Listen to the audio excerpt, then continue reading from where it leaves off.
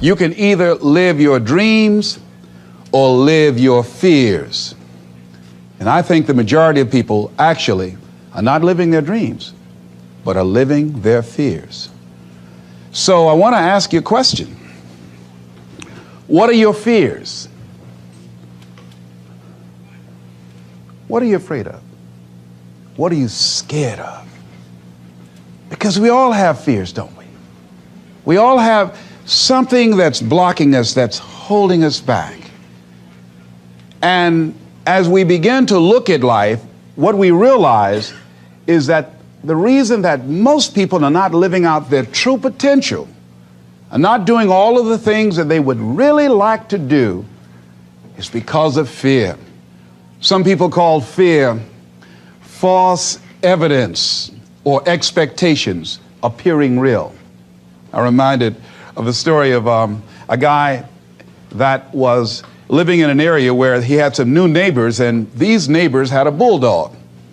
And when he came home every day, this bulldog used to chase him about a half a block from his house. Every day, he would have to streak home. I mean, he would just run. This bulldog would be right on his heels. And so he just got tired of that, because he would go home about a half a block away from home. He would look around for this bulldog, and he wouldn't see him.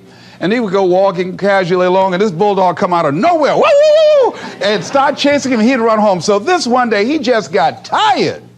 And so when the bulldog was running after him, he started running. He saw a rock, and he stopped to pick it up to throw at the bulldog. And when the bulldog got up on him, he started barking. He realized the bulldog didn't have any teeth in his mouth. Then he started chasing the bulldog. If you don't get on away from it, because the most the bulldog could have done is gummy, you know. And so, you know what? Most people go through life running scared. Running scared from things that have no teeth in them, because they're false expectations appearing real. That, see, we're brilliant enough to scare ourselves to death. You realize that? There are some people actually who get a kick out of scaring themselves to death. I remember the last frightening movie I saw. It was The Exorcist. I will never forget. I was so frightened when I came home. I'll never forget. I drove in the driveway, and I had already called my former wife and said, listen, turn the lights on. I was coming in the driveway, and I was getting out of the car, and all of a sudden I couldn't get out. I started blowing my horn. I said, Madeline, they got me, they got me. She came to the kitchen and said, take your seatbelt loose, fool. I said, oh, okay. I was frightened out of my wits. But there are a lot of people who they get off on that. They love it. I'm a person, my brother is a paratrooper. My twin brother, he's in the military, career man. I would love to jump out of an airplane to parachute. I'm scared, though. I mean, I really admire my brother for that. I would really love to be macho man like that. What are the things that you fear that's been keeping you from living your dream? That's been keeping you from doing some things that you would like to do? Just think about those things. And how do we begin to handle that? Abraham Maslow said that life is about growth. And he said, you can either go back to your comfort zone, and there you won't find any growth, or you must be willing to go forward and face your fears again and again and again, because you're never going to have a fear-free existence. I mean, some fear is acceptable and legitimate. There are some things that you really should be afraid of. Now, you shouldn't allow it to immobilize you. You acknowledge it, you take it into account, and you carry yourself accordingly. There are times that we should proceed with caution. But it's the difference between being stopped by fear. It's the difference between having a fear and the fear having you. So what do? One, acknowledge it, and knowing that it's okay. Don't condemn yourself for being afraid. It's perfectly fine to have some fears. You acknowledge your fears, you embrace those fears, and then you move on. You act on whatever it is that you fear. Because once you embrace it, see, what you resist will persist. What you resist will persist. So one of the most important things is to begin to embrace your fear. The fear of bodily harm, that's legitimate. When I was a disc jockey in Columbus, Ohio, you know, I was young, about 22, 23, thought I was tough, and I was on the air, and Al Green, who was a great performer at that time and still is now singing gospel music, had a record. His first hit record was Back Up Train. So a guy came in the town and was impersonating Al Green. I happened to know Al Green because I'd already booked him. And so when I found out this guy was impersonating Al Green, I came on the air and did an editorial about him, and I exposed him. He was a rather big fellow, and so he had the word out that when I see this guy, Les Brown, the disc jockey, I'm going to knock him in the mouth for having a big mouth. So I was driving down Main Street in Columbus, Ohio, had my son in the car, and I always had this little saying, hey, if anybody ever put a threat on me, I'm going to make them honor it. So I saw this guy in the street. So I pull around. I said, excuse me, I'll be right back. Got out of the car. I said, hey, man, I heard you said that you were looking for me. I'm Les Brown. He said, you are? I said, yeah. I said, what is it? I'm the one that said that you were an imposter. I said, I want to know what you're going to do about it. He opened his coat and he had a gun there. I say, but whatever I said to hurt your feelings, I want you to know it's all right.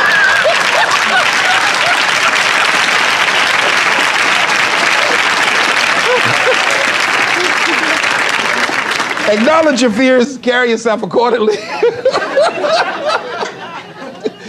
and do what makes sense for you. Well, one major fear I've always had is a fear of a dentist. And this fear had me. I didn't have that fear. And what really reinforced it, you got to watch things that can feed your fear. I saw a movie that most people would not remember. This movie was starring Dustin Hoffman. It's called The Marathon Man, with Laurence Olivier. When he's trying to get a confession out of here. And he took this drill out.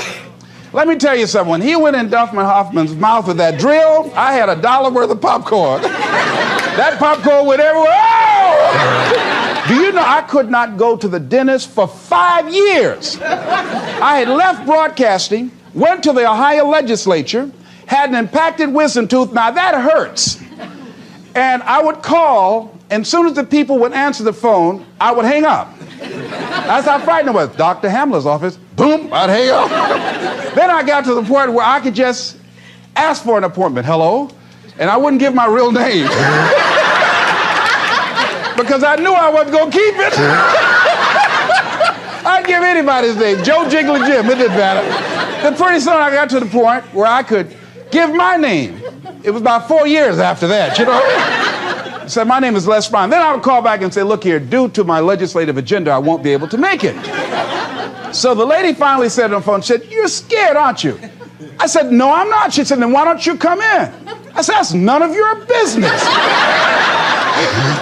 She said, you're not coming in because you're scared. I wish you just would not waste our time. And she hung up.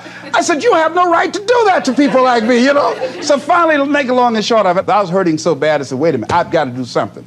And I said, what am I afraid of? Go there and handle it. And I said, man, Dr. Hamler, I just can't hear this drill. I mean, if you can do whatever, I don't need to hear this drill, that sound, you know, that's what gets me, that drill. Don't pull that drill out on me.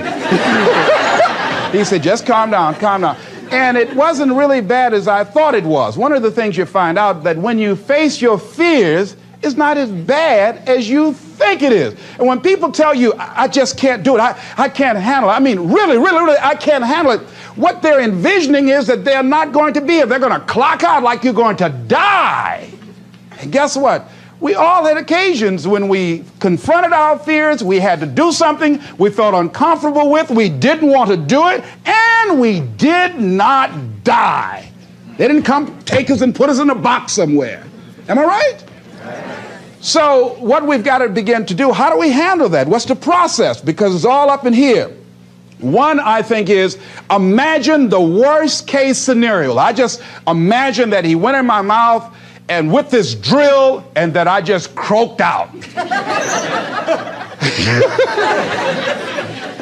Then I imagine, that's the worst case scenario.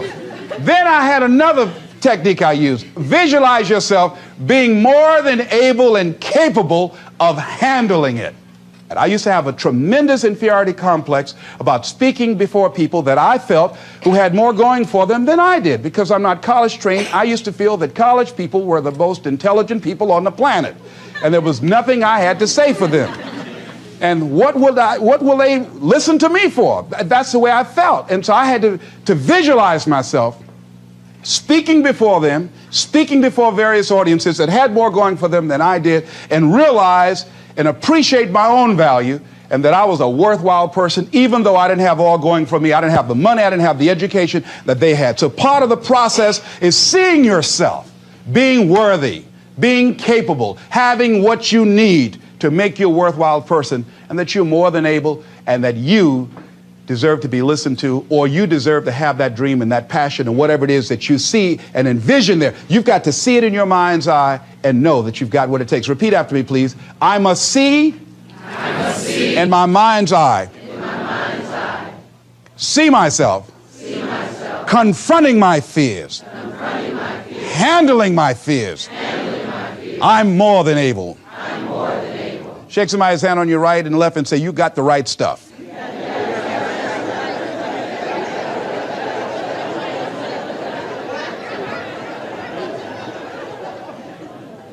So deciding as you look at your life, as you look into the future and say, what fears am I holding on to? What fears that I'm allowing to imprison me, that's keeping me from breaking out, that's keeping me from living up to my true potential, that's keeping me from really being happy, that's keeping me from having a sense of adventure and excitement in my life? What's keeping me from controlling my destiny? What fears that I'm giving that permission to? Notice what I said, that we must give our permission to fear to immobilize us. Because whatever discomfort you experience, whatever challenges or difficulty that it is, you got to handle it. You got to go up in there and wrestle with it. Will it be easy? No. Will it be challenging? Yes. A friend of mine who's going into recovery, he's been addicted to crack cocaine for years and alcohol. He was talking about how challenging it was and why he was dreading going into cold turkey. I said, what do you want me to tell you? That it's going to be a picnic? No, it's not. It's going to kick your butt? Yes, it is. Are you going to want to die? Yes, that's a part of it. But that's just what you must go through in order to get where you want to go. And guess what? You are strong enough to do it. You're strong enough, and your life is worth whatever you have to go through to get past this addiction. Whatever you have to do. This dream you got, whatever you want to do, will it be easy to just run out there and do it? No. Will it happen overnight? No. Will it be a struggle? Yes. Will there be times when you can't make ends meet? Yes, that's a part of it. Will there be times you won't know what to do? Yes, that's a part of it. Will you have some opposition? Will things go wrong sometimes? You will have many visits from Murphy. Now, if you're saying, well, who's Murphy? Don't worry.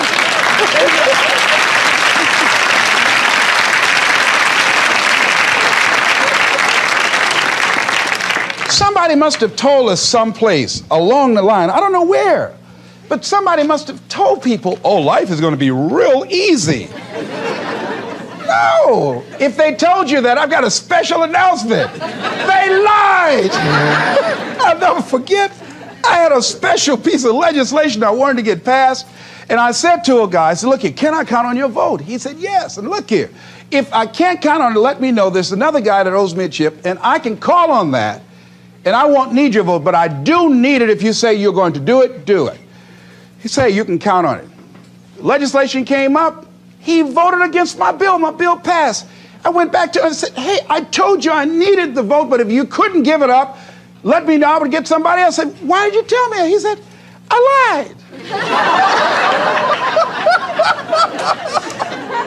I was in shock. How many of you that life just wore you out? That you didn't expect that? You thought you'd go to school, get good grades, get a job? And you came out here and you'll be able to get a job and live happily ever after? And you say, they lied. Yes, they did.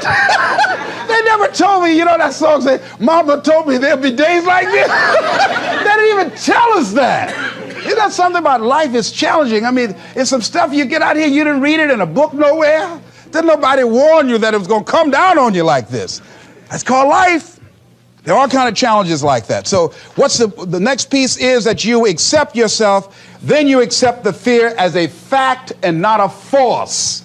See, when you accept yourself and you accept fear as a fact, that means that it's something that happens. It's something that you're going to experience, but it is not a force to hold you back.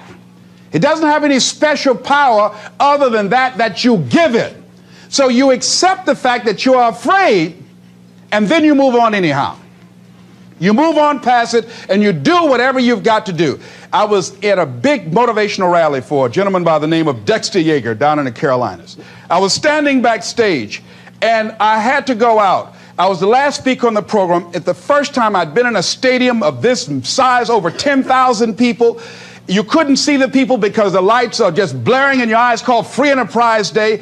I was afraid. My heart was beating fast. I was just pacing back and forth. And Dexter said, "Are you all right?" I said, "Yeah."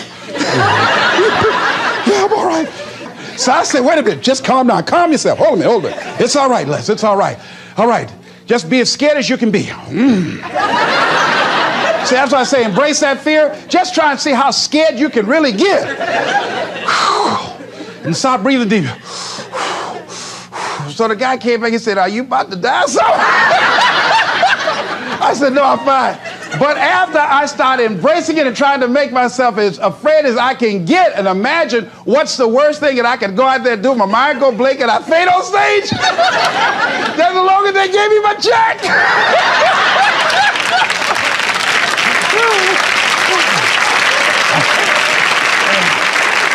But once I started laughing at myself, I started talking to myself. I said, "You know you scared today?" And I said, I just calmed myself down. And I went out there and I cooked. And that's what you got to do. I had another experience where I was at a major corporation, and it was one of my first major presentations I was going to do for this corporation. And I had 4 other presenters that had large firms. And one of the things that you've got to do is you've got to watch your inner conversation and discipline your thinking and your imagination, because if you don't, your mind will take you on a wild trip. So my mind said, "Hey, Les." I said, "What?" "These guys are going to wipe you out. You can't compete with them." Because I heard these guys sitting over across from me, and they were talking about all that they had going for them. And so I started doubting myself, and I became afraid, and I was thinking, well, maybe I shouldn't go in there. And so I knew then, and this is what I suggest to you, sometimes you got to talk to yourself. Talking to yourself, could be a good exercise. It might be the only intelligent conversation you ever get. So I got up and I went to the bathroom. I started talking to myself and said, "Les Brown, let me tell you something. What do you care about these guys and their firms and all their money? You got 6 children you've got to feed. You got a mama you've got to take care of home. You ain't got nothing to lose."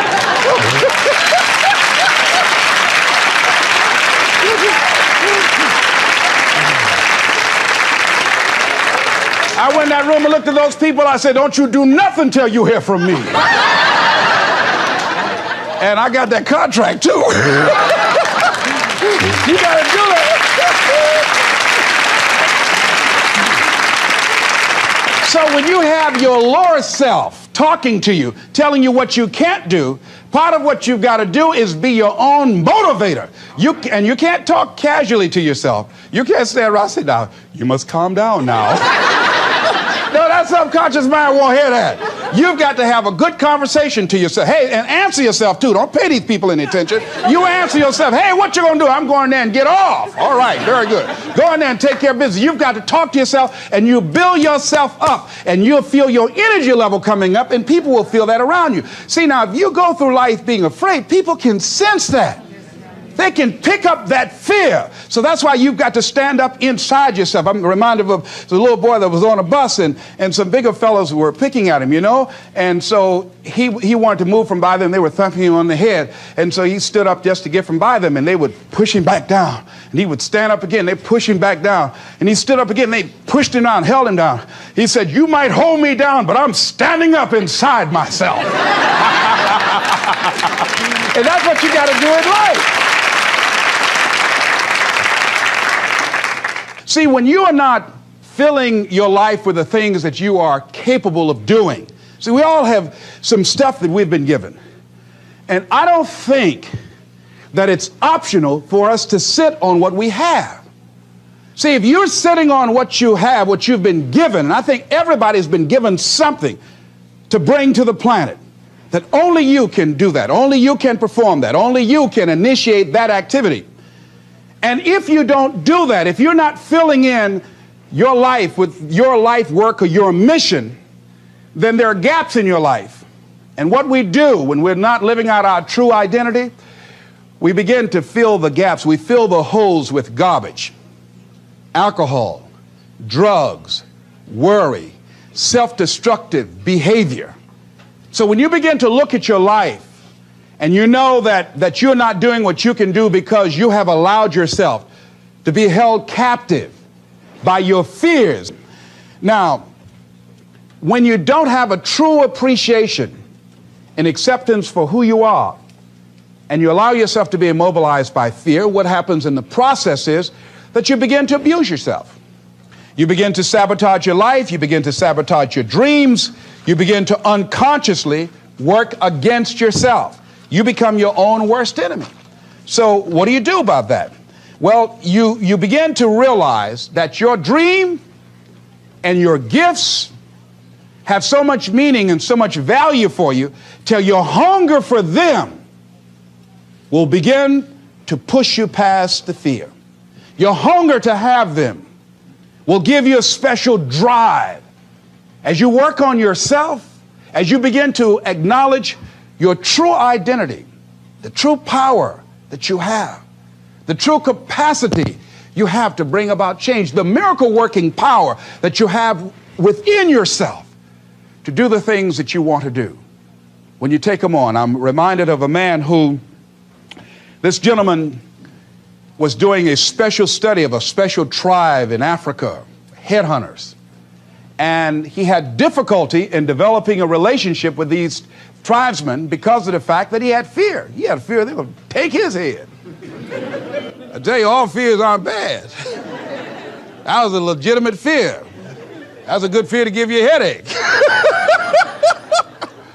So he worked there for a long time with no effort, no progress in developing a relationship and rapport and being able to achieve a level of trust.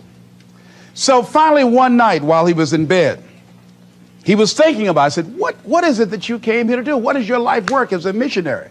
He said, I wanted to study these tribesmen. I said, what's the worst thing that they can do to you? Kill you.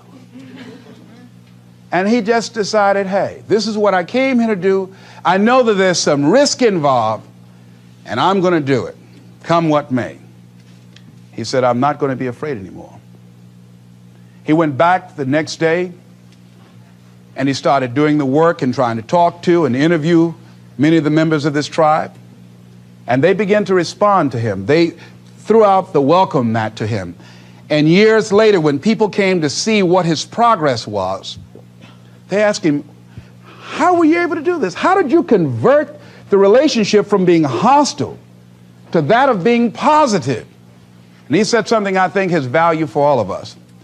He said, when life can no longer threaten you with death, he said, what else is there?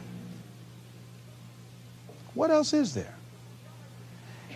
And the majority of the fears that we have are not life or death fears. They're not those kind of fears. But through our imagination, we blow them out of proportion and we give them more power than they actually have or deserve, and we permit them to govern our lives. We permit them to determine how far we can stretch out on our dreams and discovering our stuff. And as we begin to look at ourselves and begin to, wait a minute, just getting to the point as you assess yourself and begin to prove yourself and just say, wait, hold a minute. I've been sweating this out. What's the worst thing that can happen to me on this? Will it kill me? Will I die?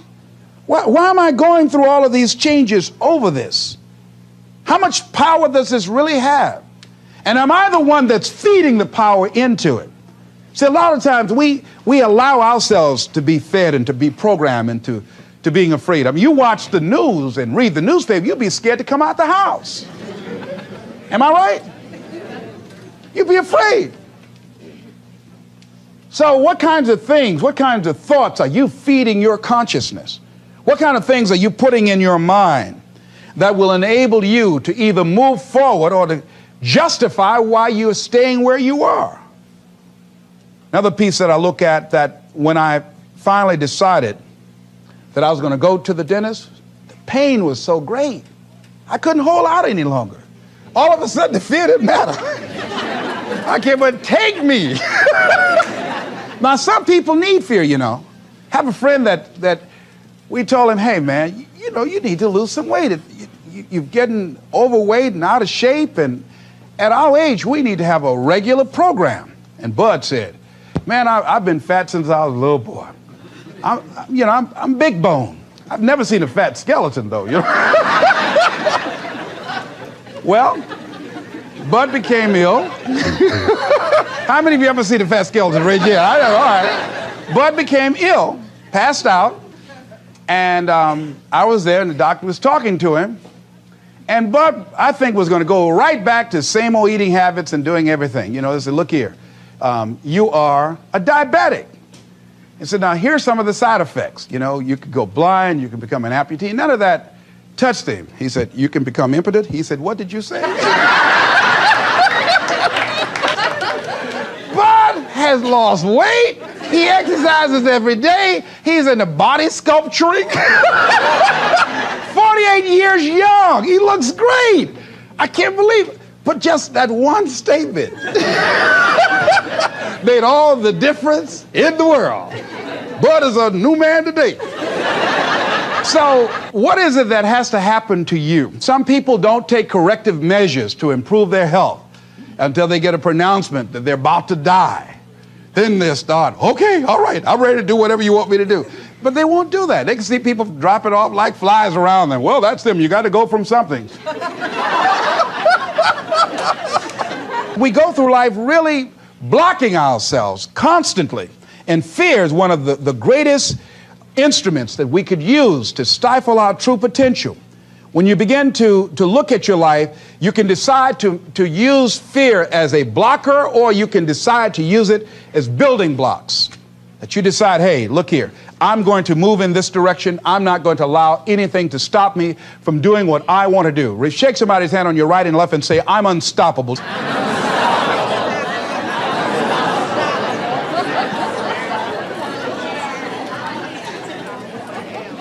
See, when you begin to understand and acknowledge your fear, and you go forth anyhow, you go forth in a spirit and a knowing that there's a way that you can begin to handle this. There's a way out here somewhere. There's a solution.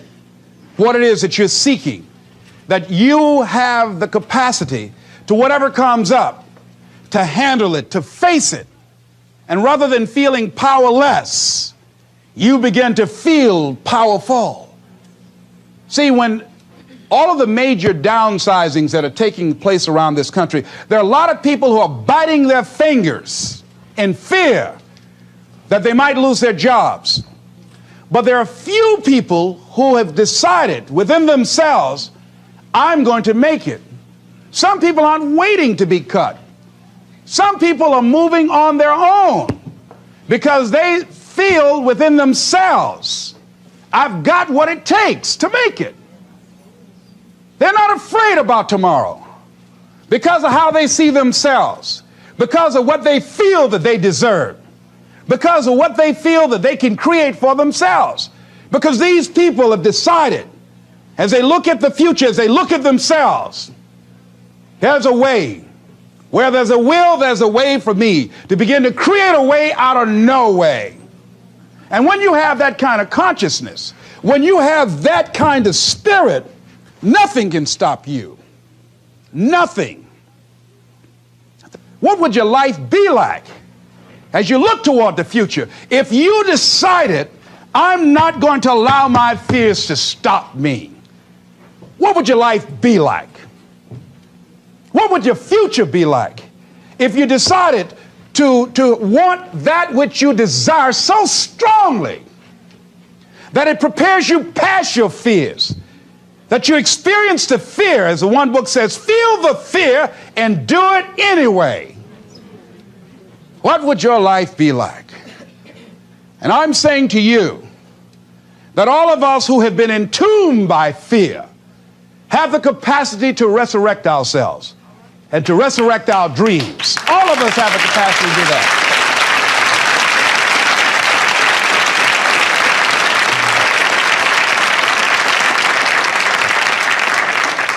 And you have, is it easy? No.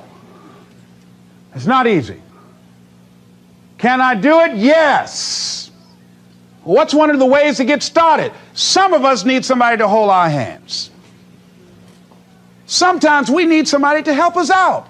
Be willing to say, I don't know. Be willing to reach out. Be willing to get some assistance to take you to the next level. One great athlete, you never expect boxers to make profound statements. I think it was Joe Frazier who said this one. He says, all of us are like the blind man at some point in our lives standing on the corner, waiting for somebody to lead us across. See, all of us at some point in our lives need some help, need someone to reach out to us, to throw out the lifeline, to help us go across some treacherous waters that we couldn't navigate by ourselves. None of us do it by ourselves. All of us at some point of our lives. We need that kind of help. We need that kind of assistance because we grow from the people we have in our lives that can enrich our lives personally, professionally, spiritually, and all the dimensions of our lives. We don't grow in a vacuum.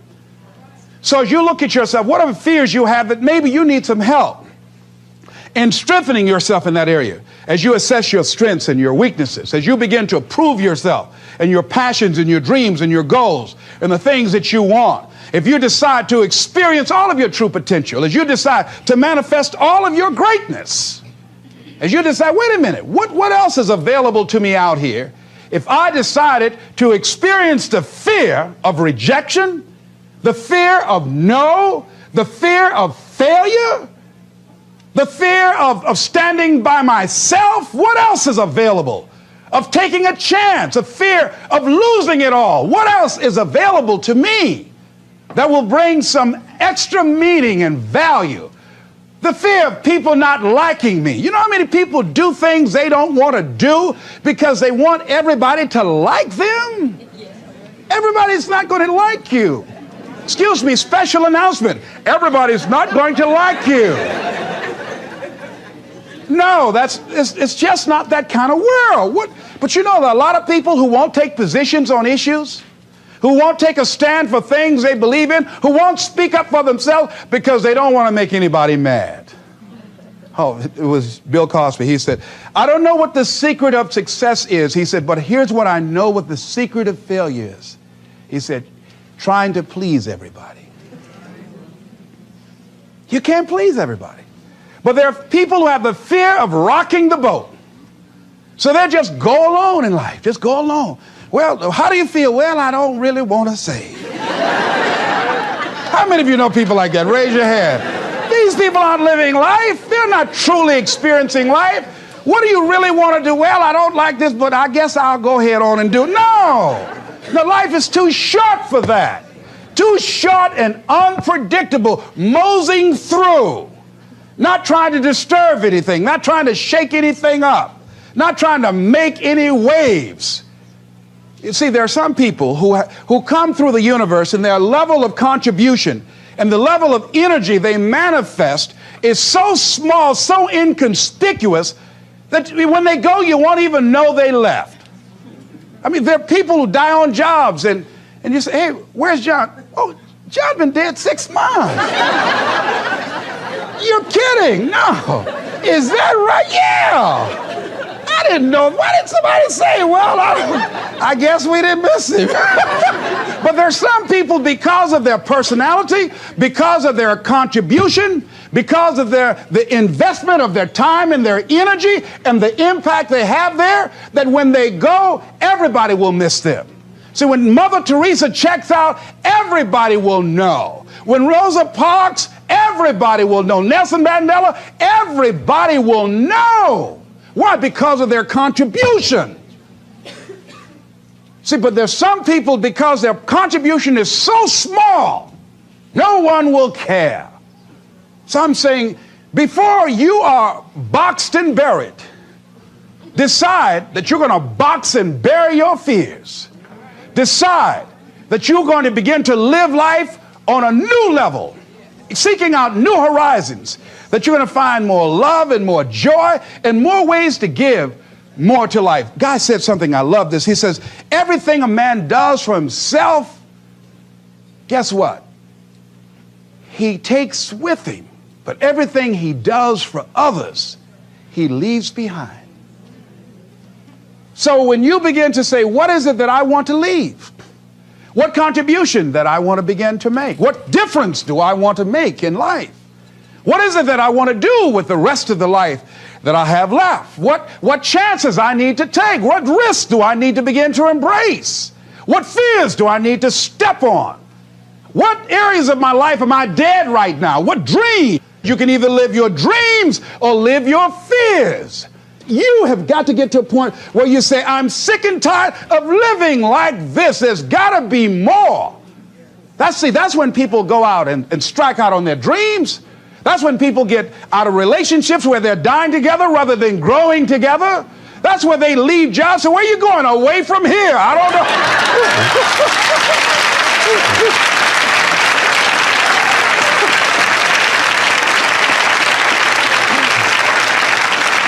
Do you have another job? No, I don't. How are you going to make it? I don't know, but I will. See, you will when you put yourself in that kind of situation. I'm reminded of two frogs that were hopping down the road, and they fell into a bottle of milk. And one was hopping up and down for a while, and he drowned. He just gave up. But this other frog just kept on kicking. He wouldn't give up. He just kept on kicking. And pretty soon he churned that milk into butter, and he walked on out.